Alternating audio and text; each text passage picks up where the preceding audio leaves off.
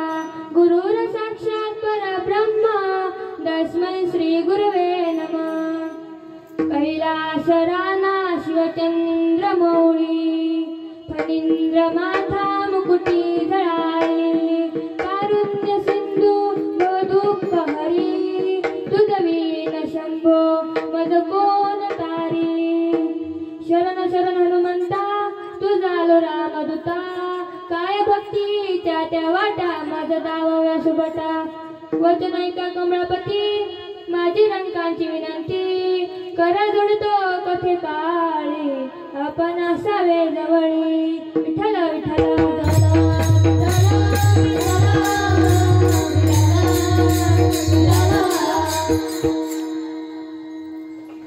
प्रस्तुत प्राप्त प्रसंगी प्राप्त स्थळी कीर्तन रूपी सेवेला सुरुवात करण्यापूर्वी थोडासा परिहार द्यायचा तो असा की आज या ठिकाणी नवरात्र उत्सव चालू आहे आणि त्या नवरात्र उत्सवामध्ये मला जी काय दुसऱ्या दिवसाची कीर्तन रूपी सेवा माझ्यासारख्या पामराकडे आली हे मी माझे परम भाग्य समजते.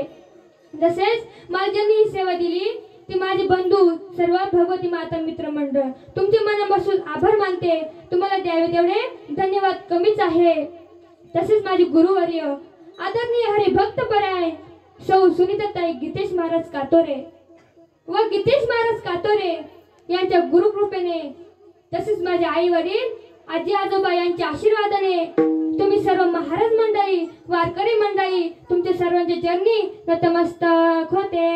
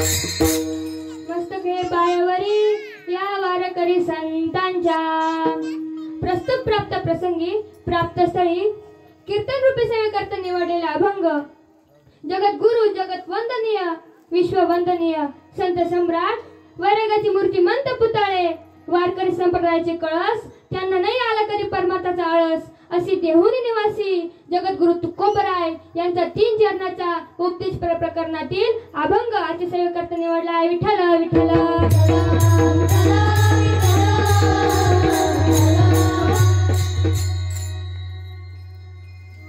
सांगतो तुम्हासी बाजारे विठ्ठला सांगतो तुम्हासी बाजारे विठ्ठला नाही तरी गेला जन्म वाया करिता बरोबरी दुरावसी दूरी भावाचे पुरी वहावसी काही न लगे एक भावाची कारण तुका मन्याना विठोबाचे करिता बरोबरी दुरावसी दूरी भावाचे पुरी वहावसी. या अभंगातून जगद्गुरु तुकाराम महाराज सांगतात की तुम्ही विठ्ठलाला भजा. तुकाराम महाराज सांगतात म्हणजेच उपदेश करतात. सांगतो हा एक शब्द आहे क्रियापद आहे. नुसतं महाराजांनी ते क्रियापद उचलले आणि सुरुवातीला आणून ठेवले. नक्की त्यांचा काहीतरी अधिकार असावा. त्यांचा अधिकार किती मोठा असावा. जगा काळ खाय आम्ही माथा दिला पाय. एवढंच नाही तर काळने तुकाराम महाराजांचं नाव जरी ऐकलं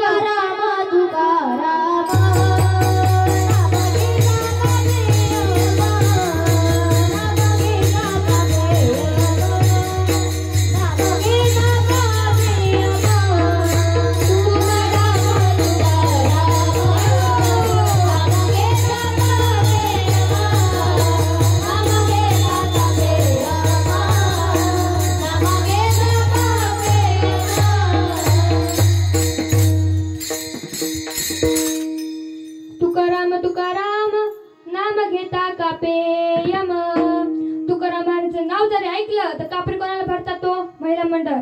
कोणाला? तर यमाला कापरे भरतात. पण पुरुष मंडळ आपलं नाव ऐकल्यावर बायको घाबरते का हो? घाबरते का? तर अजिबात नाही. पण तुकाराम महाराजांचा अधिकार किती मोठा होता. तुकाराम महाराज तुम्हा आम्हाला म्हणतात विठ्ठलाचं भजन करा, नामस्मरण करा, कारण विठ्ठल हे आपल्या कुळाचे दैवत आहे. विठ्ठल कुळीचे दैवत, विठ्ठल कुळीचे दैवत, विठ्ठल गीता गोदाची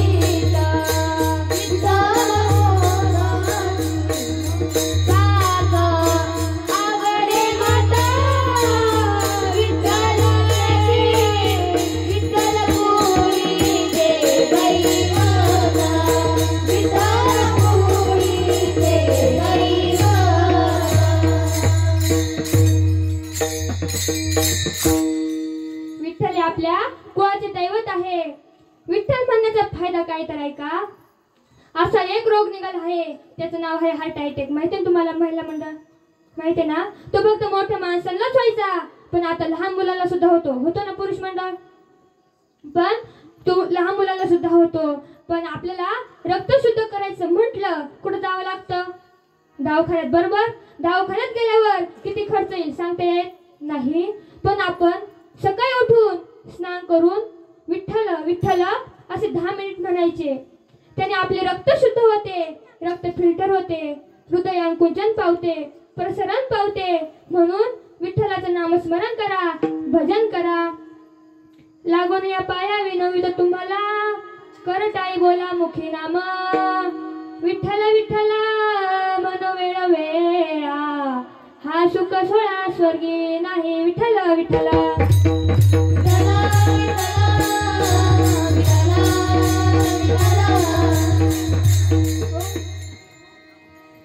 तुकाराम महाराज आम्हाला विनंती करतात तुम्ही विठ्ठलाचं नामस्मरण करा, भजन करा, कारण त्यामध्ये तुमचा उद्धार आहे. तुकाराम महाराज उपदेश करतात, सांगतात. पण काही लोक असे असतात, जन्माला येतात, कधी कुठल्या मंदिरात जात नाही, कधी देवाची पूजा करत नाही, फक्त जन्माला यायचं, खायचं प्यायचं आणि मरून जायचं. असं करायचंय का? तर नाही. जन्माला आला आणि मेला आणि पाणी वाहून मेला, असं करायचंय का? तर नाही. आपल्याला देवाची पूजा सुद्धा करायला फार कंटाळा येतो ना महिला मंडळ. पण आपण देवाची पूजा केली पाहिजे. आता मला सांगा, घरामध्ये किती माणसं असतात? किती माणसं असतात? पुरुष मंडळ साधारण 5-6. बरोबर. तरी पण हा म्हणतो तू देवपूजा कर, तो म्हणतो तू देवपूजा कर, तो म्हणतो तू देवपूजा कर. असं करता करता वाजतात दुपारचे 12. आता म्हणते जाऊ दे, आता उद्या करू. मग आपण पण देवाकडे काही मागितलं, देव पण काय म्हणतो, आता मी नाही बघत, आता नंतर बघतो. बघा तुम्हाला सुंदर असेल उदाहरण सांगते. विठ्ठल विठ्ठल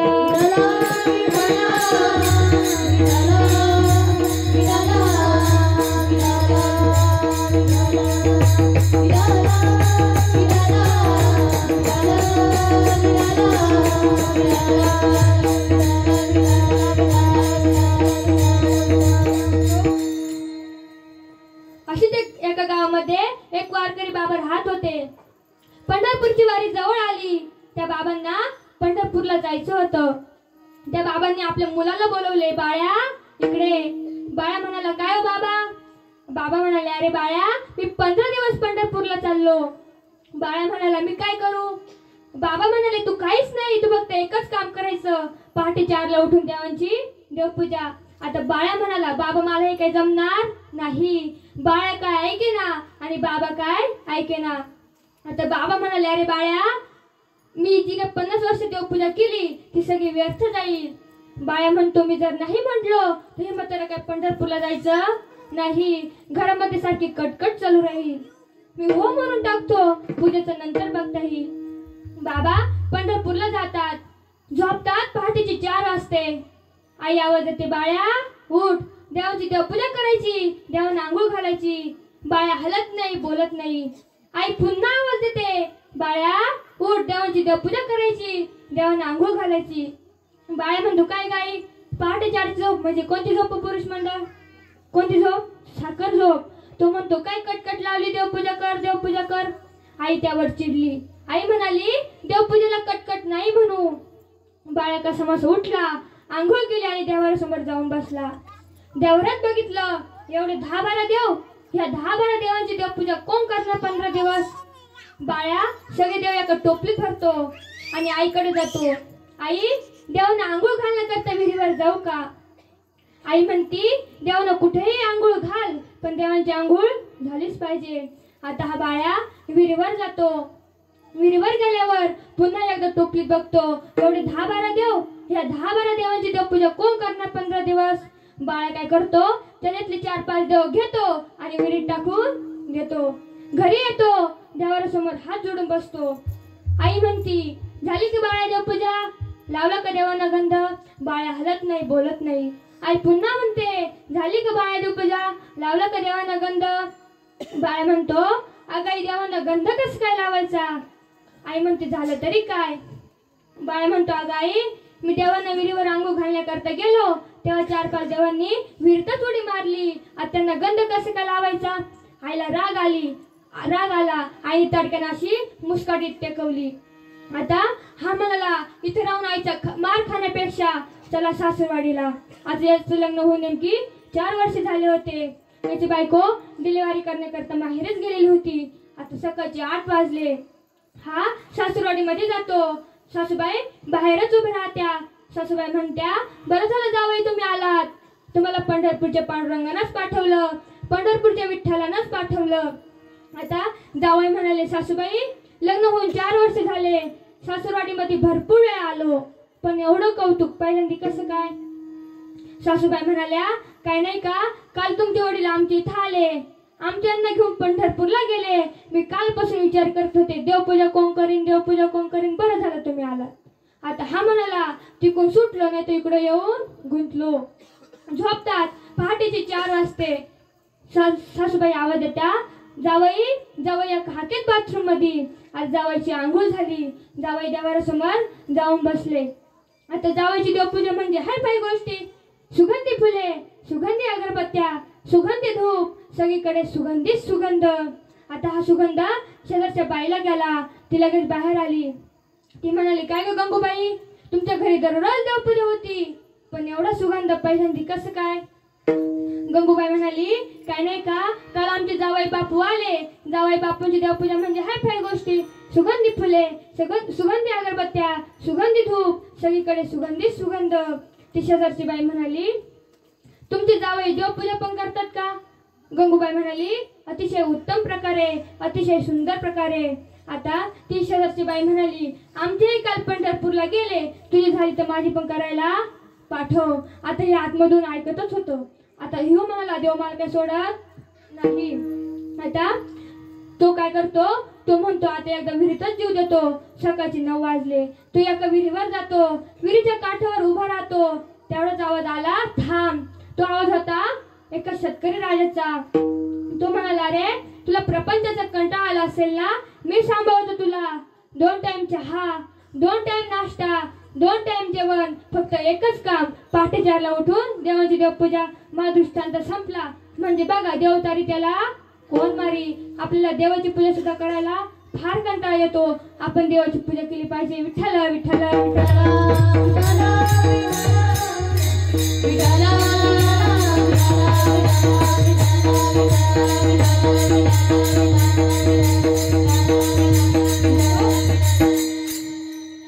पण काही लोक असे असतात कधी देवाची पूजा करतात पण सगळ्या देवांची पूजा करतात म्हणून त्यांना एकही देव कामाला येत नाही. आपण एकाच देवाची पूजा केली पाहिजे. बघा तुम्हाला सुंदर असे दृष्टांत सांगते. विठ्ठल विठ्ठल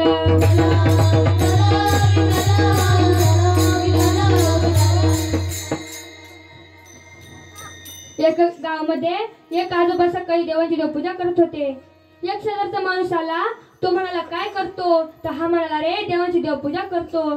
तो शेजारचा माणूस म्हणाला तू एवढे सगळ्या देवांची देवपूजा करतो, तुला एकही देव कामाला येणार नाही. तू एकच देवाची पूजा कर, गणपती बाप्पांची. आता तो माणूस म्हणाला चालेल. आता तो माणूस काय करतो, देवाऱ्यातले सगळे देव बाहेर काढतो आणि फक्त गणपती बाप्पांची मूर्ती घेतो आणि देवाऱ्यात ठेवतो. गणपती बाप्पांची पूजा करतो. गणपती बाप्पांना धूप लावला, अगरबत्ती लावली आणि तो वास दुसऱ्या देवांना जाऊ नये म्हणून त्याच्या नाकामध्ये काय घातले, काय घातले हो? कापसाचे गोळे घातले. आता गणपती बाप्पांची पूजा झाली, आरती झाली आणि गणपती बाप्पांना मोदकाचा नैवेद्य ठेवण्यात आला. आता तो बघितला उंदराने. आता उंदराने बघितलं, उंदीर शांत बसेल का पुरुष मंडळ? बसेल का? तर नाही. उंदीर जसा पळत आला डायरेक्ट त्या मोदकावरच उडी मारली. आता तो माणूस म्हणाला, काय ते का आपला गणपती देव आपला उंदीरच देव बरा. आता तो काय करतो, गणपती बाप्पांची मूर्त बाहेर काढतो आणि उंदराला घेतो, देवाऱ्यात ठेवतो, उंदराची पूजा करतो आणि उंदराची आरती म्हणायला सुरुवात केली. जय देव जय देव जय उंदीर द्यावा, गणपतीचा मोदक तुम्हीच न्यावा, जय देव जय देव. आता उंदराची आरती झाली. हे बघितलं बोक्याने. आता बोक्याने बघितलं, बोक्का शांत बसेल का हो? बसेल का महिला मंडळ? तर नाही. बोक्का जसा पळत आला डायरेक्ट त्या उंदरावरच उडी मारली. आता तो माणूस म्हणाला, काय ते का आपला उंदीर देव आपला बोक्काच देव बरा. आता तो बोक्याला घेतो, देवाऱ्यात ठेवतो, बोक्याची पूजा करतो आणि बोक्याची आरती म्हणायची का पुरुष मंडळ? म्हणायची का? मला काही येत नाही, तुम्हाला येत असेल तर सांगा. बोक्याची पूजा झाली. आता हे बघितलं कुत्र्याने. आता कुत्र्याने बघितलं, कुत्रा काय शांत बसेल का हो? बसेल का महिला मंडळ? तर नाही. कुत्रा जसा पळत आला डायरेक्ट त्या बोक्यावरच उडी मारली. आता तो माणूस म्हणाला, काय ते का आपला बोक्का देव आपला कुत्राच देव बरा. आता कुत्र्याला घेतो, देवाऱ्यात ठेवतो, कुत्र्याची पूजा करतो, कुत्र्याची आरती झाली. आता समोरच तिची बायको चुलीवरती चपात्या करत होती. आता कुत्र्याने ते बघितलं आणि टोपल्यात एक चपाती पडली आणि कुत्र्याने ते बघितलं. आता कुत्र्याने चपाती पाहिलं, कुत्रा शांत बसेल का? तर नाही. कुत्र्याने जशी उडी मारली डायरेक्ट टोपल्यात. आता त्या बाईला राग आला. तिने काय केलं, चुलीमधलं पेटलेलं लाकूड होतं ते घेतलं आणि कुत्र्याच्या पाठीत मारलं. आता तो माणूस म्हणाला, काय ते का आपला कुत्रा देव आपली बायकोच देवी बरी. आता बायकोला घेतो, देवाऱ्यात ठेवतो, बायकोची पूजा करतो, बायकोची आरती म्हणायला सुरुवात केली. जय देव जय देव जय माझी बायको, तुझे सांगशील तेच मी ऐकू, जय देव जय देव. एवढं त्याचं काय मन भरा ना. पुढे म्हणायला सुरुवात केली, अग अग बायको सर्व तुला वाहिले, तू माझी देवी ना मी तुझा भोप्या, माझा दृष्टांत संपला. म्हणजे बघा, आपण एवढ्या देवांची देवपूजा करतो म्हणून आपल्याला एकही देव कामाला येत नाही. आपण एकाच देवाची पूजा केली पाहिजे. विठ्ठल विठ्ठल विठ्ठल.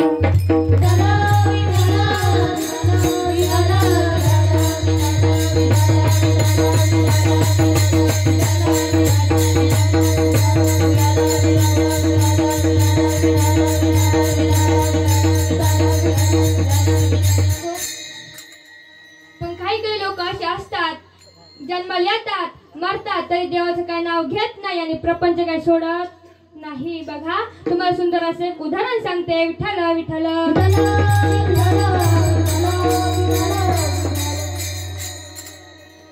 आता एका गावामध्ये एक आजोबा 80 वर्षाचे आजोबा राहत होते. त्यांचा अंतकाळ जवळ आला तरी ते काही देवाचं नाव घेत नव्हते आणि प्रपंच काय सोडत नव्हते. आता त्या बाबांना 2 मुलं होती. ती 2 मुलं म्हणाली, आपण बाबांना देवाचं नाव घ्यायला लावायचं. त्या 2 मुलांनी एक युक्ती सुचवली. बाबा झोपले की बाबांच्या रूम मध्ये जायचं. बाबांच्या रूम मध्ये ती धान्याची पोती आहे ती फोडायची. जे धान्य खाली पडन त्या आवाजाने बाबा उठतील. बाबा म्हणतील, मुलांनो पोती फाटली ते शिवा. आता शिवा नाव कोणाचं पुरुष मंडळ? कोणाचं? तर महादेवाचं. आता ते बाबा झोपले. हे 2 मुले बाबाच्या रूम मध्ये गेले. बाबाच्या रूम मध्ये गेल्यावर ती धान्याची पोती होती ती फोडली आणि बाहेर आले. ते धान्य खाली पडू लागलं. त्या आवाजांनी बाबांना जाग आली. बाबांना उठताही येत नव्हतं, बाबा कशी तरी उठले. बाबांना बोलताही येत नव्हतं, बाबा कशी तरी बोलले. मुलांनो पोती फाटली त्याला टाची मारा. पण शिवा म्हटले का? तर नाही. विठ्ठल विठ्ठल.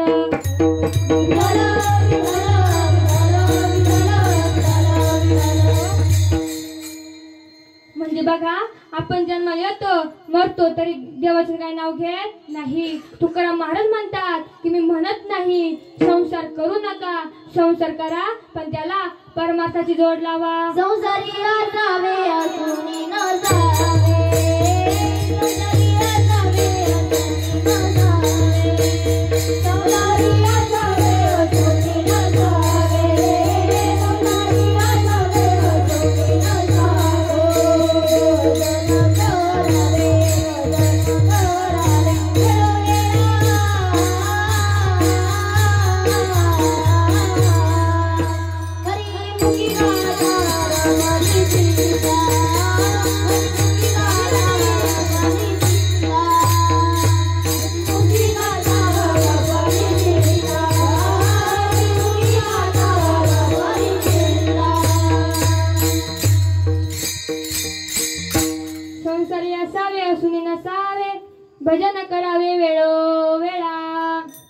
आपण देवाचं भजन केलं पाहिजे, नामस्मरण केलं पाहिजे.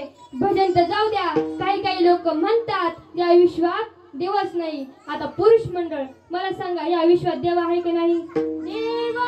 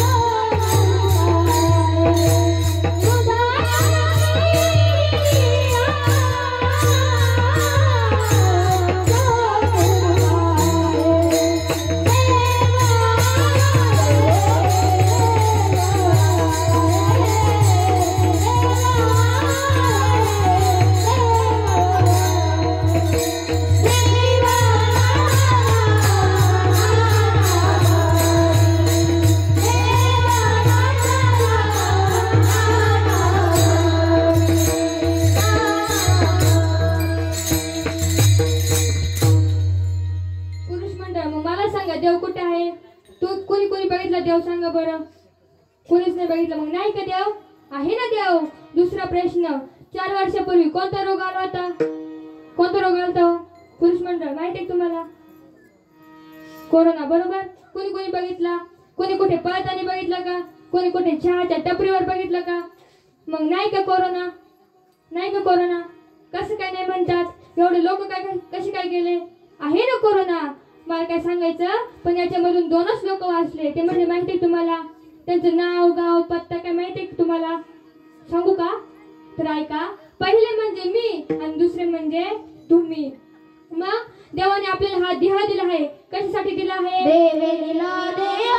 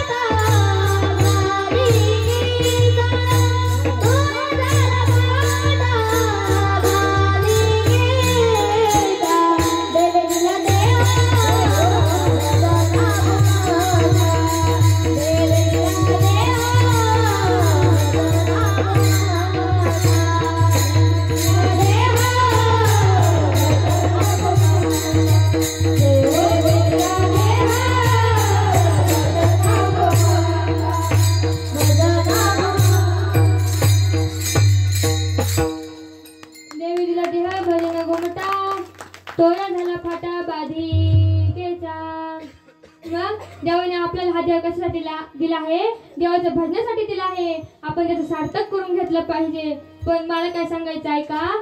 न दिसणारा व्हायरस माणसं जर मारू शकतो, न दिसणारा व्हायरस माणसं जर मारू शकतो, याच्यामधून न दिसणारा देवच वाचू शकतो. हे आपण लक्षामध्ये घेतले पाहिजे. मग या विश्वात देव आहे की नाही? देव आहे, देव आहे. हृदय मंदिरी शोधून पाहे. बघा, तुम्हाला सुंदर असे उदाहरण सांगते. विठ्ठल विठ्ठल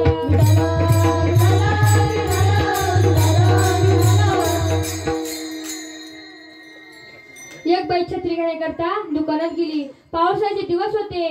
आता तो दुकानदार म्हणाला, काय होताई, काय पाहिजे? तर ही म्हणाली, छत्री पाहिजे. तो माणूस म्हणाला, किती रुपयाची पाहिजे? तर ही म्हणाली, 100 रुपयाची दाखवा. आता त्याने छत्री दाखवायला सुरुवात केली. छत्री दाखवल्या, पण ती बाई म्हणती, अजून भारी दाखवा. त्या दुकानदाराने अजून भारी छत्री दाखवल्या, पण ही बाई म्हणती, त्याच्यापेक्षा अजून छान दाखवा. तो म्हणाला, अहो बाई, तुम्ही 100 रुपयाच्या छत्रीसाठी मला अख्खं दुकान खाली करायला लावतात. ती बाई म्हणाली, मी काय फुकट नेणार आहे का? मग आता तो माणूस ती बाई म्हणाली, अशी छत्री दाखवा की जास्त दिवस टिकली पाहिजे. आता तो माणूस म्हणाला, आबा ही छत्री सगळ्यात भारी आहे, तुम्ही ही छत्री घेऊन जा. फक्त ही छत्री पावसाळ्यात वापरायची नाही आणि उन्हाळ्यात वापरायची नाही. माझा दृष्टांत संपला. म्हणजे बघा, ती छत्री पावसाळ्यात वापरायची नाही आणि उन्हाळ्यात वापरायची नाही. मग ती वाया गेल्यासारखी झाली ना. मग तिला घरात ठेवून हळदी कुंकू वाहून पूजा करायची तिची? तर नाही. मग आपण हा मानवी देह घेऊन जन्माला आलो आहेत ना, मग आपण देवाचं भजन केलं पाहिजे आणि नामस्मरण केलं पाहिजे. हेच मार्ग अभंगाच्या पहिल्या चरणात सांगतात.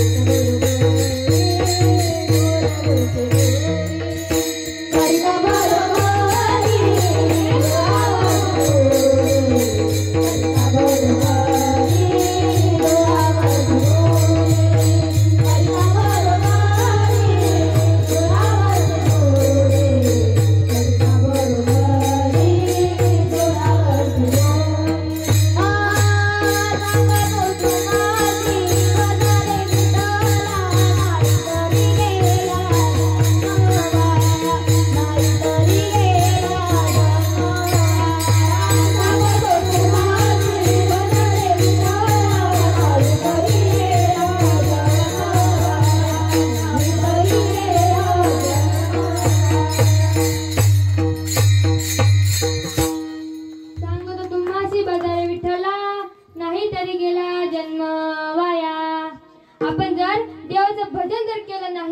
आपलं जीवन व्यर्थ आहे, जन्म व्यर्थ आहे. येथे उनी केले काही विठ्ठल नाही आठविला. फक्त जन्माला यायचं, खायचं प्यायचं झोपायचं असं करायचंय का? तर नाही. आपल्याला जो मानव देह मिळाला आहे ना, तो किती अनमोल आहे. मनुष्य देह अनमोल रे, मिट्टी में न रोल रे. अब तो मिला है फिर ना मिलेगा, कभी नहीं कभी नहीं कभी नहीं रे. अब तो मिला है फिर ना मिलेगा, कभी नहीं कभी नहीं कभी नहीं रे. म्हणून काय करायचं आहे, जाया कर, गीत प्रभु के गाया कर, अब तो मिला है फिर ना मिलेगा, कभी नहीं कभी नहीं कभी नहीं रे, अब तो मिला है फिर ना मिलेगा, कभी नहीं कभी नहीं कभी नहीं रे. हो, आपल्याला हा मानवदेव मिळाला आहे ना, तो पुन्हा मिळेल की नाही याची गॅरंटी नाही. मग आपण कधी मरू सांगता येत नाही. क्षणभंगुर नाही भरोसा, वारे सावध तोड माया आशा. आता आंधळाच्या हातात कावळा सापडावा. आता आंधळाच्या हातात कावळा सापडणं म्हणजे काय तर बघा, तुम्हाला सुंदर असं एक उदाहरण सांगते. विठ्ठल विठ्ठल विठ्ठल.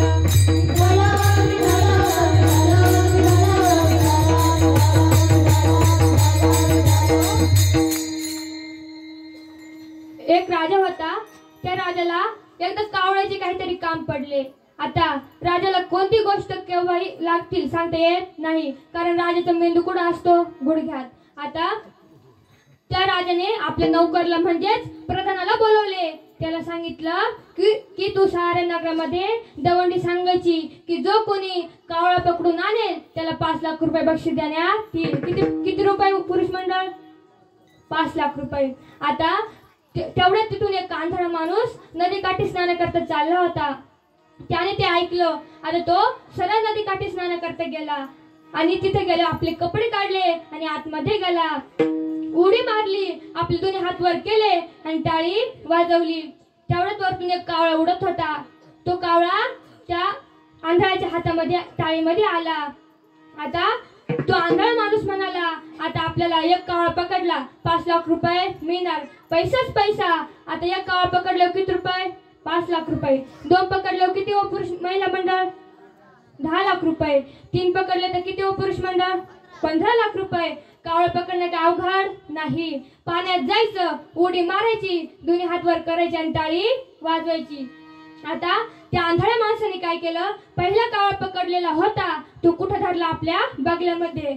आता पुन्हा पाण्यात गेला, उडी मारली आणि दोन्ही हात वर केले आणि टाळी वाजवली. आता तेवढ्यात त्याच्या टाळीतही कावळा आला नाही आणि बगल्यातला कावळा उडून गेला. माझा दृष्टांत संपला. म्हणजे बघा, आपण किती उड्या मारल्या, किती टाळी वाजवली, आपल्याला कावळा मिळणार आहे का हो? तर नाही. विठ्ठल विठ्ठल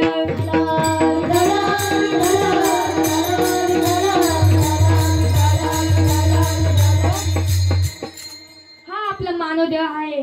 महाराज म्हणतात, पाऊल हा देह कागताली न्याये, न घडत उपाय घडो आले. आपण देवाचं भजन केलं पाहिजे. नवे नवे देवाला जे आवडतं ते आपण केलं पाहिजे. आता देवाला काय आवडतं? महिला मंडळ काय आवडतं? आवडे देवाचे, आवडे देवाचे तो एका प्रकार, आवडे देवाचे तो एका प्रकार, आवडे देवाचे,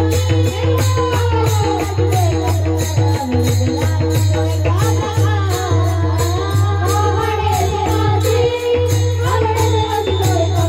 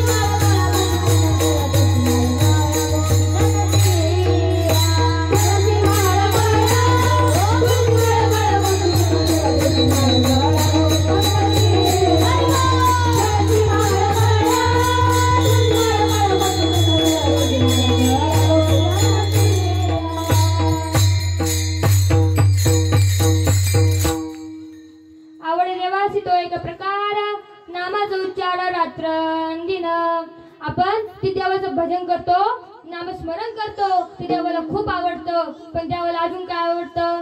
तुळशी माळ गळा, गोपी चंदन टिळा. ज्याच्या गळ्यामध्ये तुळशीच्या माळ आहे असे भक्त देवाला खूप आवडतात. पण पाठीमागच्या कोरोना काळात भरपूर लोकांनी आपल्या गळ्यामधल्या माळ काढून टाकल्या. आता कोणी कोणी काढल्या बरं पुरुष मंडळ? कोणी काढल्या? आता कोणीच नाही हातवर करणार. पण माळ काढून जगायचंय का? तर नाही. आपण जर देवाचा अपमान करू नये, देवाला जे आवडतं ते आपण केलं पाहिजे. आता एखादा सण आला तर महिला मंडळ आपण नैवेद्य बनवतो. देवाच्या आवडीचं का आपल्या? कोणाच्या आवडीचा? आपल्या. बरोबर.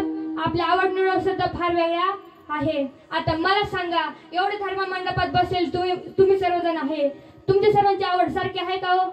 आहे का? तर नाही. याचंही जाऊ द्या, घरामध्ये किती माणसं असतात? तो 5-6. बरोबर. त्यांची तरी आवड निवड सारखी असते का? असते का पुरुष मंडळ? तर नाही. त्याचंही जाऊ द्या, दोघं नवरा बायको असतात, त्यांची तरी आवड निवड सारखी असते का? असते का? तर नाही. हिला चहा आवडतो तर त्याला कॉफी, हिला वांग्याची भाजी आवडते त्याला बटाट्याची. भरपूर अनुभव आहे हो तुम्हाला. तुकाराम महाराज म्हणतात, आपण किती संसाराची बरोबरी केली तर आपण ह्या भावसागरातून तरून जाणार नाही. त्यामुळे कशीच बरोबरी दुरावली जाणार नाही. आणि हेच मार्ग अभंगाच्या दुसऱ्या चरणात सांगतात. बरोबरी दुरावली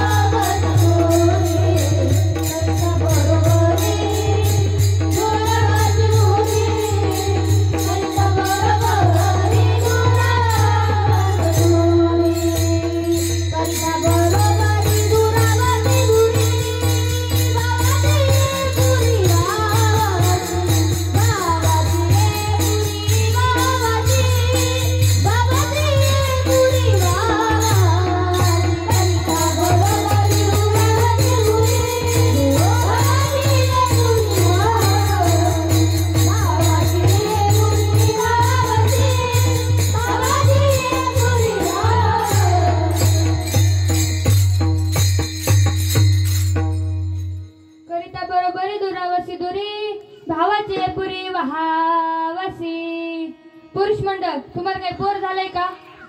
नाही ना? फ्रेश बसा बरं. एका गावामध्ये माझं कीर्तन होतं आणि एक माणूस माझ्याकडे आला. तो म्हणाला, ताई मला भरपूर टेन्शन आहे. मी म्हटलं कसलं? तो म्हणाला, ताई माझ्यावर भरपूर कर्ज आहे. मग त्याचं कर्ज आम्ही फेडावं का? पुरुष मंडळ, कर्ज असल्यावर अजिबात घाबरायचं नाही. ज्याच्यावरती कर्ज तोच खरा मर्द. पण एक माणूस माझ्या कीर्तनात अजिबात हसेना आणि जोक केले आणि विनोद केले, तो अजिबात हसेनाच. पण त्याची बायको म्हणाली, यांना काही करून हसवायला लावायचं. त्याच्या बायकोने अनेक जोक केले आणि विनोद केले तरी तिचा नवरा हसत नव्हता. आता आपला तालुका कोणता आहे हो? कोणता आहे? संगमनेर. आता ती बाई म्हणाली, यांना संगमनेरला शॉपिंग करण्याकरता घेऊन जाते. हसले ते हसले. आता शॉपिंग करण्याकरता घेऊन जाती. शॉपिंग करतात तरी तिचा नवरा हसत नाही. पण ती बाई एवढी हुशार होती. पुढून एक गाढव येत होतं. ती म्हणाली, अहो पुढून तुमचे पाहुणे आले. तो माणूस म्हणाला, राम राम सासरे बुवा, विठ्ठल विठ्ठल विठ्ठल.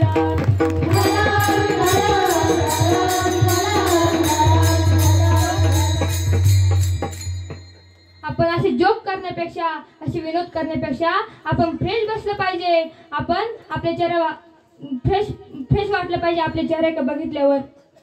आता हा संसार कसा आहे हो? कसा आहे? महिला मंडळ कसा आहे? कसा आहे हो पुरुष मंडळ? दुःख बांधवडी आहे हा संसार, सुखाचा विचार नाही कोठे. आपण काय म्हणतो, आज सुख नाही भेटलं तर उद्या भेटेल, उद्या नाही भेटलं तर परवा भेटेल. पण सुख भेटतं का आपल्याला? तर नाही. आपण कसं आहोत? दुःख रूपे आहोत. मग तुम्ही असं कुठे ऐकलंय का 100 रुपयाला पाव किलो सुख? असं कुठे ऐकलंय का? तर नाही. सुख पाहिजे असेल तर पंढरपूरला जा. तुम्ही तिथं सुखरूप होशाल. सुखरूपाईचा दुधा कोण सांगा, सुखरूपाईचा दुधा कोण सांगा, सुखरूपाईचा दुधा कोण सांगा, सुखरूपाईचा दुधा कोण सांगा. माझा पांडुरंगा सारी गातो, माझा पांडुरंगा सारी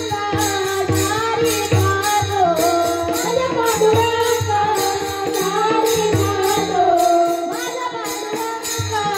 पांडुरंगा सारी गातो, माझा पांडुरंगा सारी गातो. सुखरूपाईचा दुधा कोण सांगा, सुखरूपाईचा दुधा कोण सांगा,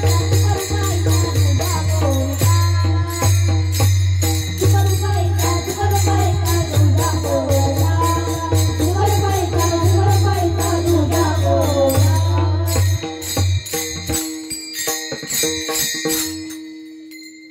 सुखरूपाईचा तुझ्या कोण सांगे, माझ्या पांडुरंगा सारी खातो. माझ्या पांडुरंगासारखा सुखी कोणीच नाही. सर्व सुखाची आगर बाप रखुमा देवीवर. माझा पांडुरंग परमात्मा सुखी आहे. एवढेच नाही तर तो दानशूर दाता आहे. विटेवर ज्यांचे पाऊल समान, तोची एक दानशूर दाता. माझा भगवान पांडुरंग परमात्मा तो ऐश्वर्यवान आहे, तो सुखी आहे. पण आपण सगळे कशा आहोत? कशा आहोत? तर दुःख रूपे आहोत आपण. मग आपण देवाचं भजन केलं पाहिजे, नामस्मरण केलं पाहिजे. विठ्ठल विठ्ठल.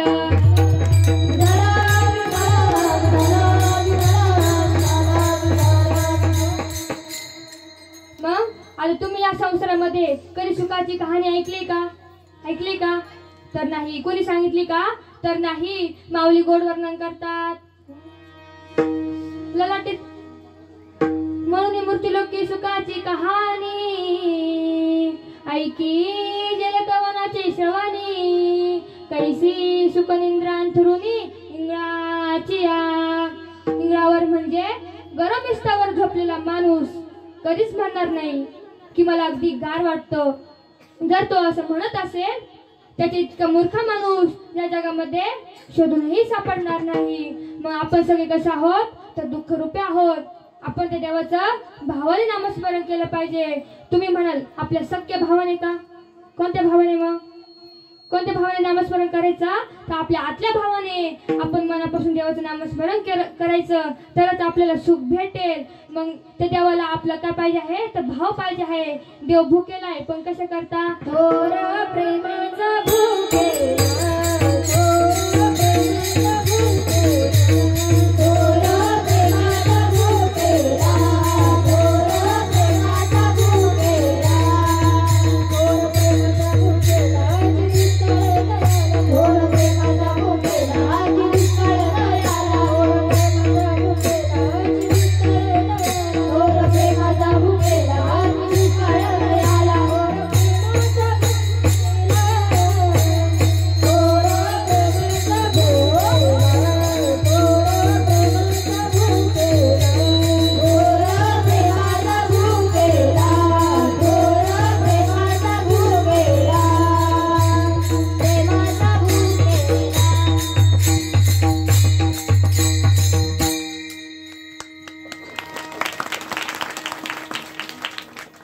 थोर प्रेमाचा भूकेला हाची दुष्काळात याला. आपण त्या देवाचं भावाने नामस्मरण केलं पाहिजे. त्या देवाला भावाशिवाय दुसरं काही नको. तुकाराम महाराज म्हणतात, देवा मी तुझं भावाने नामस्मरण करेल. तुझी आन वाही नग देवराया, कानडिया विठोबा कानडिया. मग तुकाराम महाराज म्हणतात, काही नाही लागत त्या भावाला, कारण भाव असतो शुद्ध. आणि हेच फार अभंगाच्या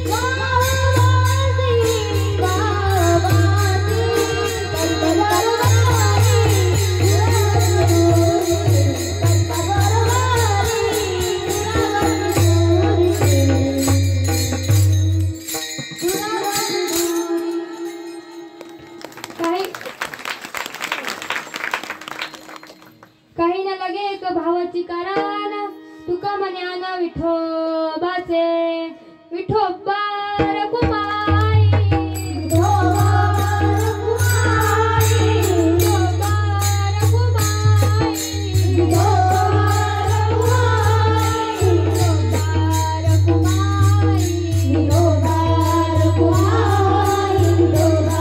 रघुमाई विठोबा रघुमाई विठ्ठल विठ्ठल विठ्ठल विठ्ठल विठ्ठल विठ्ठल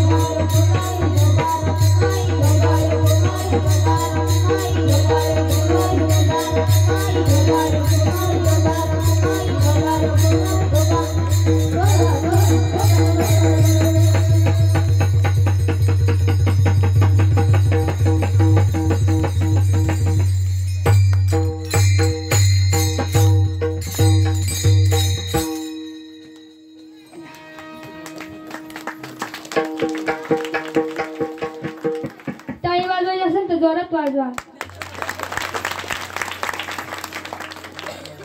शेवटची 10 ते 15 मिनिटं घेते आणि माझ्या वाणीला पूर्णविराम देते. पूर्वीची मुले कशी होती? संत ज्ञानोबराय, संत जनाबाई, संत मुक्ताबाई, ऐसा पुत्र गुंडा त्याचा तिन्ही लोकी झेंडा. पण आताची मुले कशी आहे? ऐसा पुत्र गुंडा त्याला वरातीमध्ये धुंडा. या 2-3 ठिकाणी जा, सापडल्याशिवाय राहणार नाही. पण पूर्वीच्या स्त्रिया कशा होत्या? आपल्या गर्भावर मुलांवर चांगले संस्कार व्हावे म्हणून नव्या म्हणायच्या. पण आताच्या स्त्रिया दिवस गेले कुठे जायचं? कुठे जायचो महिला मंडळ? तर माहेरी, बरोबर ना? आता माहेरी गेल्यावर करमणुकीचं साधन कोणतं? मोबाईल. काय ठेवलं त्या मोबाईलने? सगळं वाटोळ केलं. पण मोबाईल घेतले तर त्याच्यात चांगलं पाहणार का? तर ना हिंदी गाणे, वटाना फुटाना शेंगदाणा उडत चाललंय टना टना. मोबाईल घेतले त्याच्यात चांगलं पाहणार का? तर ना हिंदी गाणे पाहणार. मग आपली मुले मोठे झाली त्यांना वाटाण्या फुट्यांसोबत हे पण लागतं, कळलंच असेल तुम्हाला, बरोबर ना? पण काही स्त्रियांना कसे डोळे लागतात, काही ना चिंचा खावीशी वाटतात, काही ना बोरं खावीशी वाटतात, काही ना असं वाटतं जोडीनं थिएटरला जावं आणि पिक्चर पाहावे. आता मला सांगा, डोळे पिक्चर पाहायचे लागले तर मुले कशी जन्मणार? पिक्चरामधल्या हिरो सारखी. याच्यात काही शंका नाही. पण माझ्या जिजाऊ मातेला कसे डोळे लागले? भगवद्गीता वाचायची वाटली, ज्ञानेश्वरी वाचायची वाटली, म्हणून त्यांच्या पोटी एक महान रत्न जन्माला आला. म्हणून म्हणतात, किसी के पेट में पाप पैदा हुआ था तर किसी के पेट में सांप पैदा हुआ था. पर जिजाऊ एक ऐसी माँ थी, उसके पेट में बापों का बाप शिवाजी पैदा हुआ था, शिवाजी पैदा हुआ था. राजे जन्माला आले तेव्हा झालं तरी काय? हर हर माझ्या नावाचा वारा सुटला, हर हर माझ्या नावाचा वारा सुटला. मुघलांच्या कपळी घामच फुटला. शुभा शुभा, तुम्ही अजून 10 वर्ष जगला असतात ना, मुघलांनी सुद्धा कपाळावरती भगवाच लावला असता, भगवाच लावला असता, भगवाच लावला असता. कसे होते माझे राजे? जंगलातल्या 1 नंबरच्या लाकडाला साग म्हणतात, सापाच्या विषारी जातीला नाग म्हणतात, पण ज्याने मुघलांची वाट लावली ना त्याला जिजाऊचं वाघ म्हणतात.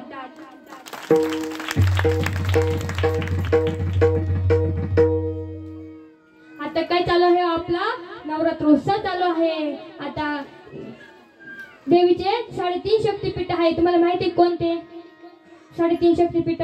तर ऐका. तुळजापूरची भवानी माता, कोल्हापूरची लक्ष्मी माता, माहूरगडची रेणुका माता आणि त्यामध्ये अर्धपीठ वणीची सप्तशृंगी माता. हे 3.5 शक्तिपीठ आहे देवीचे. पण पृथ्वी तलावर एक महिषासूर नावाचा एक राक्षस होता. त्याच्या अत्याचाराने सर्व पृथ्वी त्रासलेली होती. सगळे देवी देवता भगवंताला प्रार्थना करू लागल्या.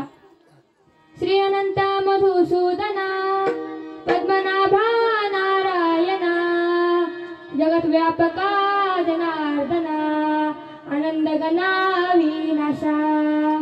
सगळे देव देवी भगवंताला प्रार्थना केली. भगवंत प्रगट झाले तर त्यांनी ते देवी देवतांनी आपली सगळी समस्या भगवंतांना सांगितली. भगवंत म्हणाले, या राक्षसाचा वध करणारी फक्त देवीच आहे. सगळे त्रिदेवीकडे गेले, त्रिदेवीला विनंती केली. त्याच्यापासून अष्टभुजाधारी एक दुर्गा माता प्रगटली. अनादि निर्गुण प्रगटली भवानी, अनादि निर्गुण प्रगटली भवानी. ओ मैयारू मर्दनाला डोळे, ओ मैयारू मर्दनाला डोळे. विविधता गाली करवयाला डोळे, विविधताचे करवयाला डोळे. भक्ता लागे तू गावाची निर्वाणी, भक्ता लागे तू गावाची निर्वाणी, भक्ता लागे तू गावाची निर्वाणी, भक्ता लागे तू गावाची निर्वाणी. ऐसा गोवा जोगा ऐसा गोवा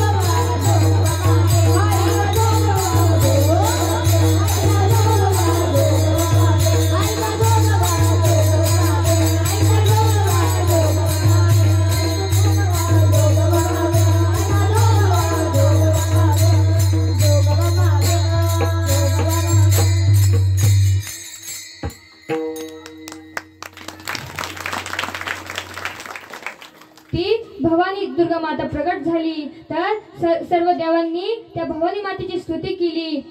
सर्व मांगल्य मांगल्ये शिवे सर्वार्थ साधिके शरण्ये त्र्यंबके गौरी नारायणी नमस्तुते. आता देवीचे 9 रूप आहे नवरात्रीचे. तुम्हाला माहिती कोणते?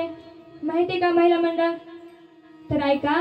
पहिली शैलपुत्री, दुसरी ब्रह्मचारिणी, तिसरी स्कंदमाता, चौथी कुणलक्ष्मी, पाचवी चंद्रघंटा, 6वी कालरात्री, 7वी महालक्ष्मी महागौरी, 8वी सिद्धिदात्री आणि 9वी चंद्रघंटा. हे देवीचे 9 रूप आहे. तर सर्व देवांनी त्या राक्षसाचा वध केला आणि ती भवानी दुर्गा माता प्रगट झाली.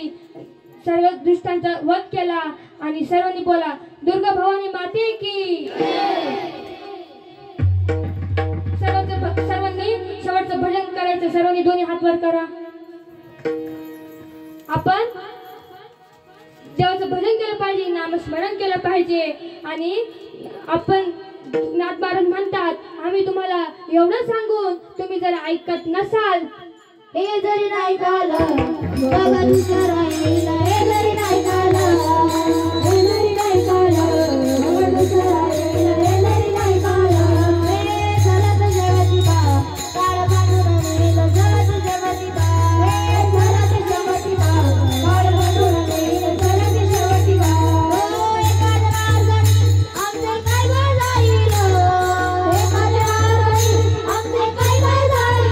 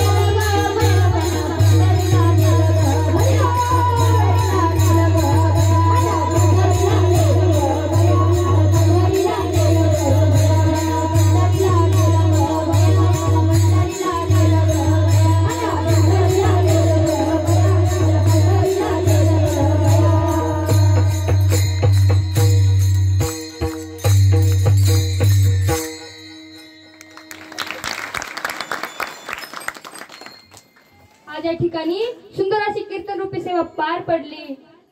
ज्यांनी मला इथं बोलवले ते भगवती माता, मित्रमंडळ, माझे बंधू, तुमचे सर्वांचे मनापासून आभार मानते. तुम्हाला द्यावे तेवढे धन्यवाद कमीच पडतात. आणि मी जे काही सांगितलं आहे ते घेऊन जाण्याचा प्रयत्न करा. एखाद्याची चप्पल नका घेऊन जाऊ चांगली.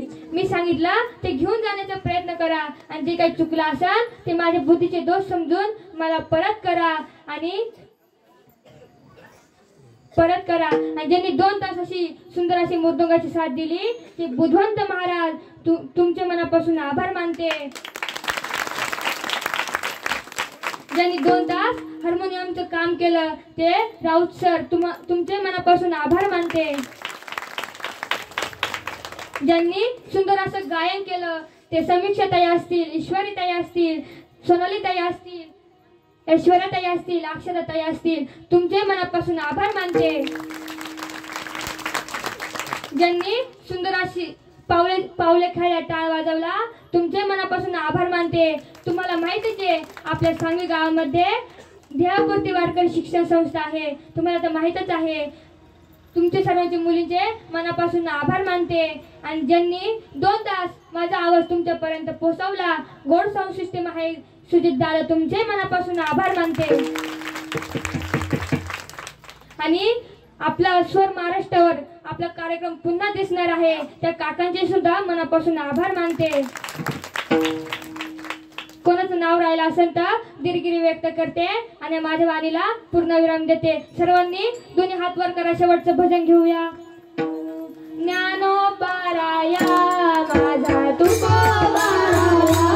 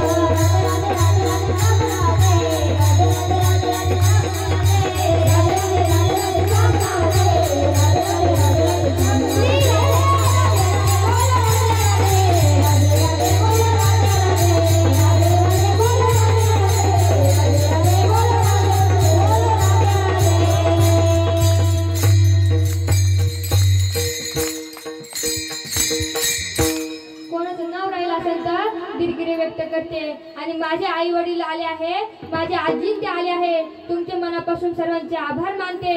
ते पण खूप लांबून आले आहे आणि सर्वांचे मनापासून आभार मानते. आणि भगवती माता मित्रमंडळ तुमचे तर खूप खूप आभार मानते आणि माझ्या वाणीला पूर्णविराम देते.